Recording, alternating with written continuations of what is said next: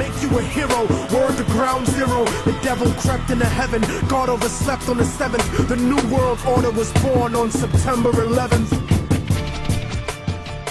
All the things that are happening, like what tops the list right now? It's very difficult to pick just one thing that tops the list of things that are happening in the world now. I think an interesting thing to look at is America's foreign policy that really hasn't changed under Obama, as was promised.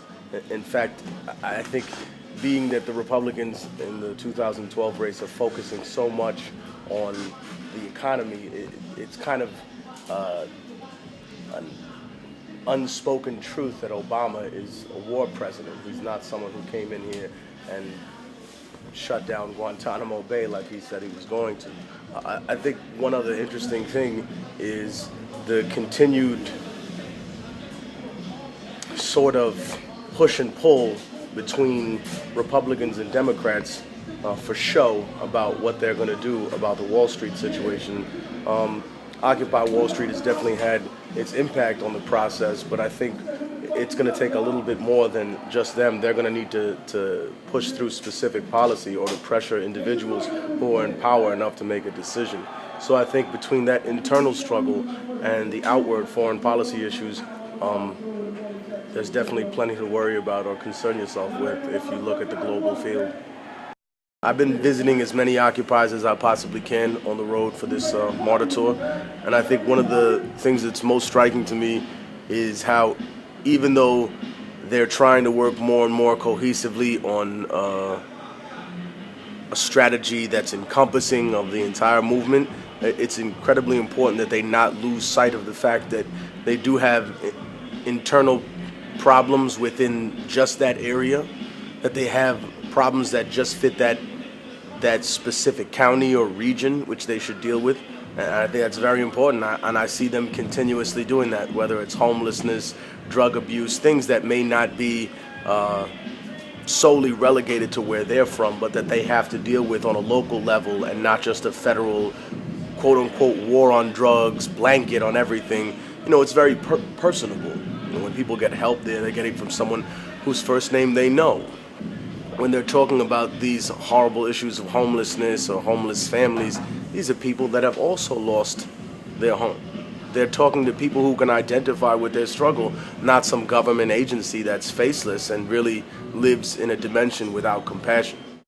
Any group that poses a significant amount of collateral or can raise leverage against any government agency is going to try to be co-opted by just about anybody, whether it's far left or far right or what even designates that title. You know, that's up for grabs too when it comes to these, because you may find factions of a group which are less inclined to be in line with the complete strategy, but say, okay, I've been working with this guy's, whether it's a left-wing group or a right-wing group for 10, 20 years, I haven't seen the results I want. Here's the raw power and energy of a very, very active and aggressive group of people that are aggressively and actively demonstrating, and yet they have not, like the police unfortunately have, descended into violence and blind anarchy. I think when they see the power of that movement, the nonviolent protest, but also the ability to confront government, that's something they want to have in their arsenal of weapons. So why wouldn't anybody try and infiltrate it? Whether it will be infiltrated, I think is another story. You know, we're talking about a wide collective group of people, and this is, if anything else, regardless of what people want to say about them, they're not stupid people at all. Some of them are very educated, and when I say educated, it just doesn't mean that they paid an overpriced bill for a piece of paper with their name on it. Some of them are individuals that have built an incredible reserve of knowledge about the Fed, you know, about the history of the Fed, and when it started, how to get off of it, you know, people that have ideas about how to change a system that I think, you know, bear mentioning. There should also be a conversation, I think, in private, you know. Not all of the conversations that Republicans, Democrats, or even people who run this show or run any business happen completely in public. Sometimes for the integrity and for the protection of the individuals that work for it, sometimes for the protection of the message so it doesn't become marginalized, sabotaged, or diluted. They do things behind closed doors. And I told the people from the very beginning that those type of actions were going to need to take place, not in the vein of government secrecy to protect government, but rather to make sure that innocent people don't end up being victimized. I think it's important for people to realize that the only thing that this movement is really at its heart trying to do is make America a more honest country, is make America a less corrupt country. Now, of course, there's always going to be some nut with a sign that says, aliens are coming, or repent, it's the last day. But at the end of the day, we know what the core message of the Occupy people is. So regardless of who has an issue with it or who has a problem with it, you can reserve your commentary and your anger until the 2012 election when it really comes down to it, which we're right about at the doorstep of. Well, I mean, I'm not an economist, so I can't tell people how to balance their budget, or I can't come with a bunch of promises that I'm not capable of fulfilling. But I think what I can tell people is this, that in every situation where you have massive amounts of government corruption, you can't rely on the people who broke the system to fix it. You can't rely on overpaid Congress who doesn't really see a problem other than the fact that their constituency is angry, not actually the suffering of the people. And I'm not going to speak for all of them, but for the vast majority that have done absolutely nothing. And it's funny that some of them want to blame the president as if they have some solution to the problem themselves. I'm not saying that the president's way is the most efficient or the right way. I'm just saying that they offer no other solution. Even when we talk about any other topic, whether it's immigration, okay, deport 12 million people. That's not feasible. That's not possible. It's physically impossible. It would collapse the American economy. It plays into the idea that you don't understand the history of this country, because not all European Americans came through Ellis Island. Not all of this country was gotten through a legal means. In fact, most of it was stolen land from Native American people that if you drive from Louisiana to Houston, you'll see they did absolutely nothing with. So what was the point of stealing it from a bunch of people? When I say stealing, I know that red-blooded Americans get angry. Some of them even have a violent response to it. How could you say we stole anything? No one in this country has ever done anything wrong. Really? Because we use nice words for things. So when you say a pilgrim or a settler, you don't think of a land stealer, an invader, a robber, a thief. I deprived the woman of her virginity. No, you're a rapist. That's what you are. So I think when we get rid of the mythology of America, then we begin to understand a clearer reaction to it. In terms of the Occupy movement, I think that's something that's incredibly important, going back to the very beginning of how all this started and seeing the different reaction that people have towards the fiscal crisis. Some people saying, oh, it's all these people who are living below their means that tried to buy extra houses when they shouldn't have. Oh, okay, you mean the uneducated class of individuals that, as they're referred to by people on Fox or whatever, that place the blame solely on them, or the predatory lenders who know everything about business, who've been doing this to people for 30 or 40 years. Who's more to blame? The sucker who walks in thinking, damn, I'm going to be able to give my family a nicer home, and here's a guy who's explaining it to me, and it all sounds like it's going to work out, when in reality, here's this snake oil salesman telling you that everything's going to be great, and it's really not. At some point, if America truly is the country it is, it has to confront people like that. And it has to make sure that it doesn't allow its citizenry to be taken advantage of in that way. Fighting for freedom and fighting terror, but what's reality? Read about the history of the place that we live in and stop letting corporate news. There definitely are people that are fed up with how it is, so they're looking at alternative forms of media, whether it's this or any other. And at the same time, you have to realize not every one source of media is, the voice from the burning bush. At some point, it's incredibly important for people to watch this show or to listen to any news outlet they might have heard and cross-reference that information, to do some heavy research, not just to believe something insightful that's said, because we fall in danger of having fear-mongering be a tool not just of the right or the left, but of the independent media sources. I think, though, that this program, others like this, and the ones that are appearing on cable television, or the ones that appear even as satire like The Daily Show. What's the whole point of it? To ask questions that people aren't normally asking. What's the point of this program? To ask questions that you won't hear normally on mainstream media. Now, are people going to criticize it and say that it's conspiracy theory? Sure, because they've never understood what a conspiracy really is. You know, they don't know that people got together behind closed doors to decide how their life would actually be. The shape of their home, the shape of their neighborhood, the red line districts in many cities, which define how people are sectioned off based upon race and class. Someone else who's not you, who didn't have a democratic process of election to have these issues push them through. If anything's, a conspiracy, look at the war in Iraq. A group of individuals who decide, okay, we're in Afghanistan, we've got bin Laden cornered. What we really ought to do is redeploy, tens of thousands of troops to a country that doesn't have nuclear weapons, but that we're going to say has nuclear weapons. That didn't work, so now we got to come up with chemical weapons. Now we're scrambling for different ideas. I hate to bring it back to that, but unfortunately, I think that people shouldn't be so afraid of a news outlet or a competitive independent media source as they should be afraid of just believing whatever they hear, or to be suckered into a quick solution to an issue, because there is none. Most of these are multi-layered issues. Not everybody is going to agree with every politician about everything, Like someone was interviewing me about Ron Paul, and I said, there were some things about him that I really liked. And then they said, well, what about this and that? And I said, well, that's a little, idealistic. And then I remember there were people that were angry because I didn't agree with everything he said. Like, how can a man agree with everything that, and no disrespect to him, but this is true. He's a politician. He lobbies, his days in Congress, he argues bills, he represents a constituency that isn't me. He represents them. How am I going to agree with him about everything that's right for the people that live in his part of America rather versus the people that live in mine? Obviously, they're different, or he would be the congressman of Harlem, who, by the way, is a corrupt individual who happens to be a Democrat. And I think that has no bearing on it, Democrat or Republican. People have gotten used to eating at the same trough. No wonder they don't have any table manners. It's just the way it is. Applying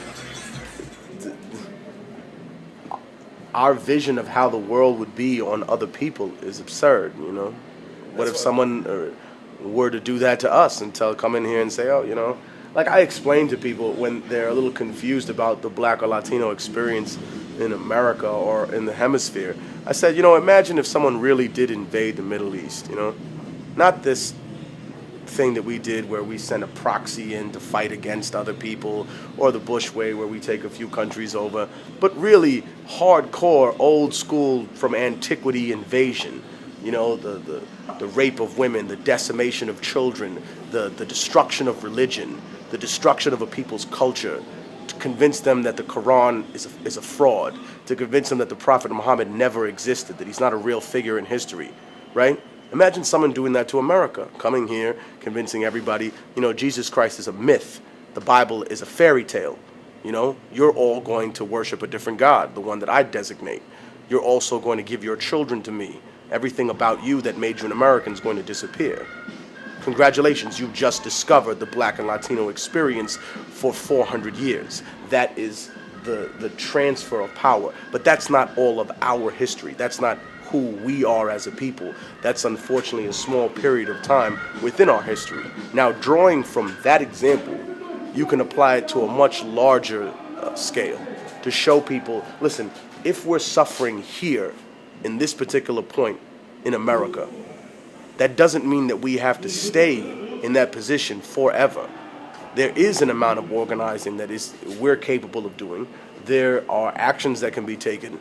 I really won't like them to get violent because I know how easily that can turn into utter chaos.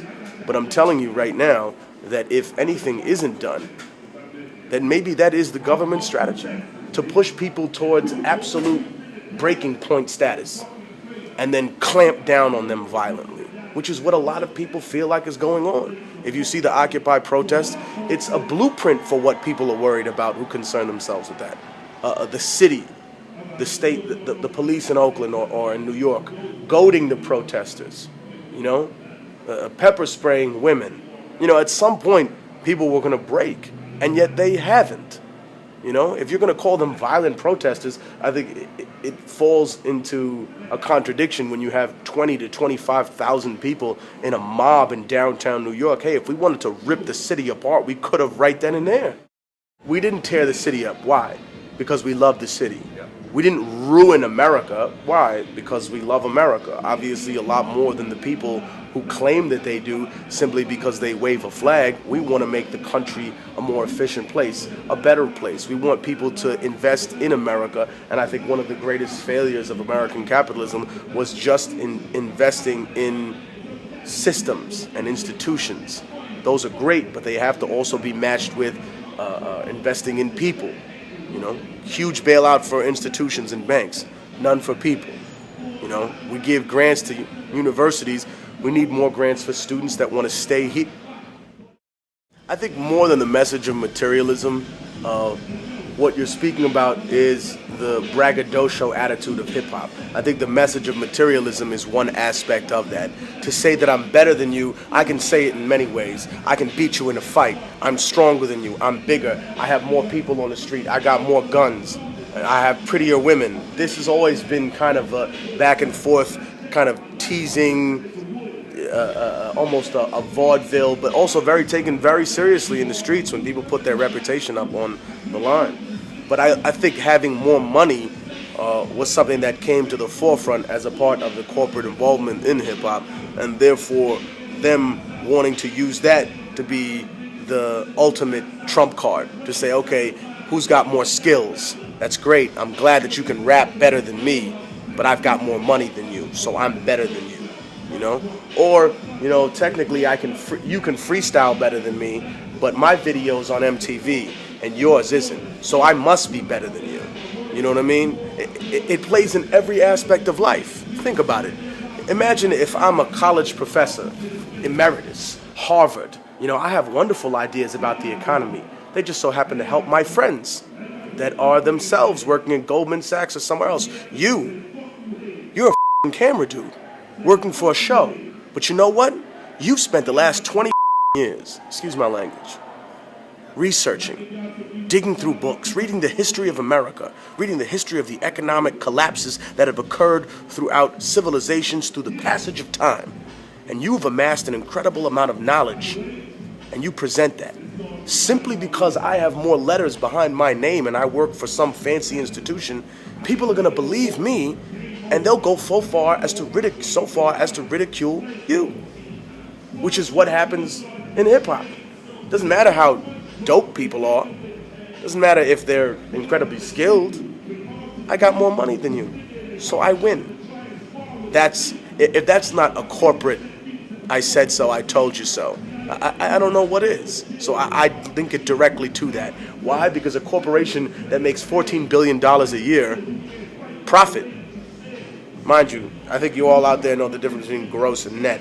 I don't mean gross, I mean net profit, $14 billion. They come back one year, instead of making 14, they make 13 million.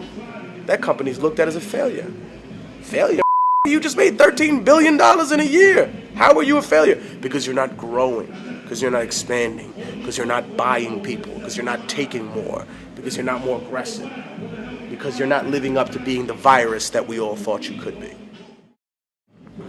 It's hard because I know a lot of my colleagues, and these are people that are involved in hip-hop and may not be as political as myself, but they also thinking minds. These may be people who work regular jobs, but they're thinking minds, and they think to themselves, what does my vote really count for?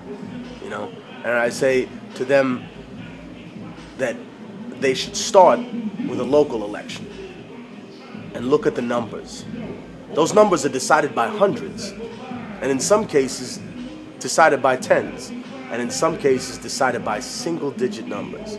I mean, even if you look at Minnesota, at the Al Franken situation. Wasn't his vote like 127, some ridiculous number like that? You can affect change in a certain way. I think what they feel disenfranchised by is that the candidate that they elected had all these promises and none of them come through.